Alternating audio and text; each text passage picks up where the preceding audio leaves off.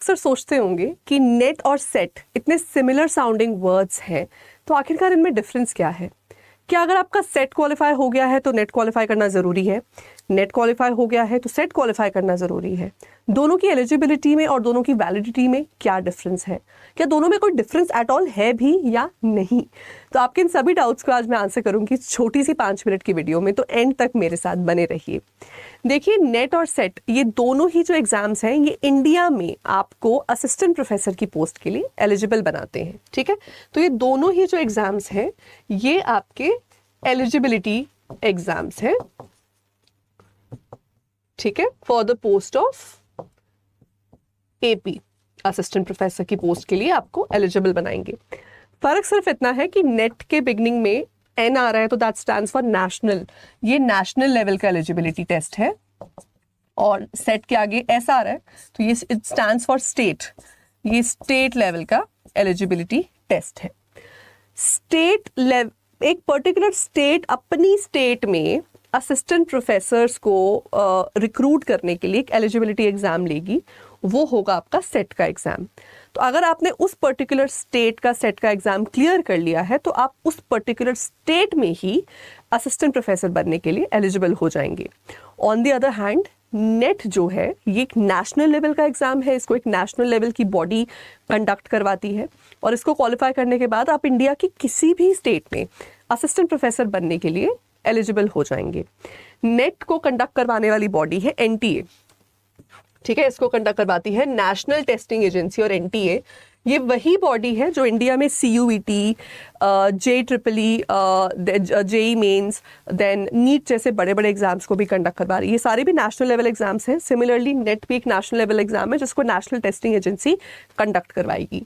Set क्योंकि हर state अलग specially conduct करवाता है इंडिविजुअली, तो हर स्टेट का जो PCS है या फिर जो पब्लिक सर्विस कमीशन है, हर स्टेट का जो PCS है वो इस एग्जाम को जो है कंडक्ट करवाएगा। फॉर एग्जांपल, जैसे अभी रिसेंट में आप लोगों ने सुना होगा कि राजस्थान का एग्जाम कंडक्ट हुआ था, तो RPSC ने जो है वो राजस्थान का सेट कंडक्ट किया था। अभी बहुत ही जल्दी जो है MP का सेट आने वाला है, तो MP PCS जो है उसको कंडक्ट करा रहा है। दिसंबर 2023 में वेस्ट बंगाल का सेट एग्जाम कंडक्ट होने वाला है, तो उसको भी जो है वेस्ट बंगाल का जो है PCS है वो कंडक्ट कराएगा। ठीक है, तो पब्लिक सर्विस कमीशन एक पर्टिकुलर स्टेट का जो है वो आपका सेट का एग्जाम जो है कंडक्ट करवाता है। अब यहाँ से दूसरा सवाल बनता है कि आपके कितने स्टेट्स हैं इंडिया में जो इस वक्त PCS सेट कंडक्ट करा रहे हैं। तो इंडिया में इस वक्त 15 ऐसी स्टेट्स हैं जिनको मैंने गोल्डन 15 बुलाया है, जहाँ पे सेट के एग्जाम्स कंडक्ट हो रहे हैं। ये स्टेट्स हैं आंध्र प्रदेश, गुजरात, केरला, महाराष्ट्र, उत्तराखंड, असम, हिमाचल प्रदेश, कर्नाटक, तमिलनाडु, वेस्ट बंगाल, छत्तीसगढ़, JNK, मध्य प्रदेश, तेलंगाना और राजस्थान। ठीक है, तो ये 15 स्टेट्स हैं इस वक्त इंडिया में जो कि सेट के एग्जाम्स को कंडक्ट करवा रही हैं। ये 15 स्टेट्स आपको बेसिकली ये अपॉर्चुनिटी दे रही है कि अगर आपका नेशनल लेवल का नेट एग्जाम क्वालिफाइड नहीं हुआ है और आपका सपना है इंडिया में असिस्टेंट प्रोफेसर बनने का, आप फिर भी इन स्टेट्स का सेट देके इन स्टेट्स में जो है अप्लाई कर सकते हो। तो यहाँ से दूसरा क्वेश्चन किसी का बनेगा, मैम मान लो, मुझे कोई बोले मैम मान लो मैंने कर्नाटक का सेट क्वालिफाई कर लिया है, तो क्या इसको लेके मैं अगर गुजरात चला जाता हूं तो मैं गुजरात की AP की रिक्रूटमेंट ड्राइव में पार्टिसिपेट कर सकता हूं? नहीं। अगर आपके पास कर्नाटक का सेट क्वालिफाइड है तो ध्यान रखिए कि जनरली यही माना जाएगा कि आपको जो है कर्नाटक में ही जॉब मिलेगी। हाँ, लेकिन कुछ ऐसी रिक्रूटमेंट ड्राइव्स हैं जिसमें पब्लिक सर्विस कमीशन की ऑफिशियल नोटिफिकेशन में ये मेंशन्ड है कि अगर एक पर्टिकुलर डेट से पहले आपने किसी दूसरी स्टेट का सेट दिया हुआ है तो आप जॉब के लिए मान्य होंगे। तो वो रखना या ना रखना वो प्रोविजन वो उस पर्टिकुलर स्टेट के लॉज पे डिपेंड करता है।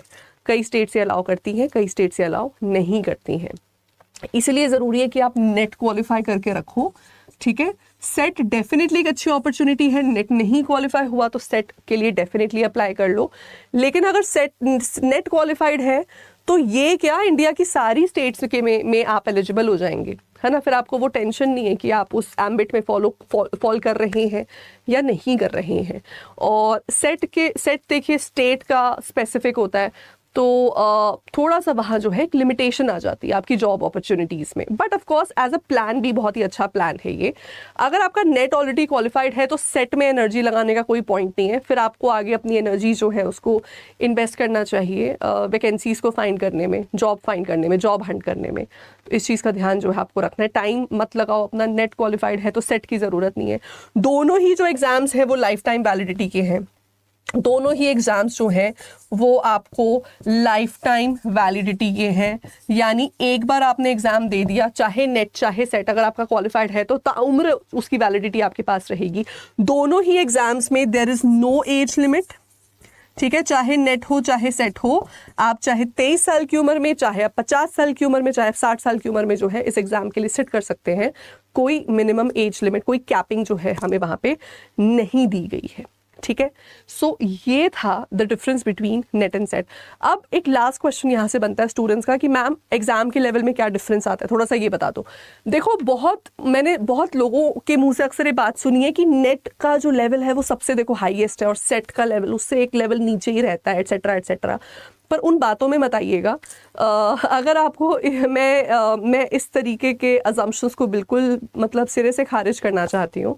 उसका रीज़न ये है कि मैंने खुद किया भी है और मैंने कराया भी है स्टूडेंट्स को। मैंने एमपी सेट का क्वेश्चन पेपर सॉल्व कराया था, मैंने राजस्थान सेट का पेपर सॉल्व करवाया था।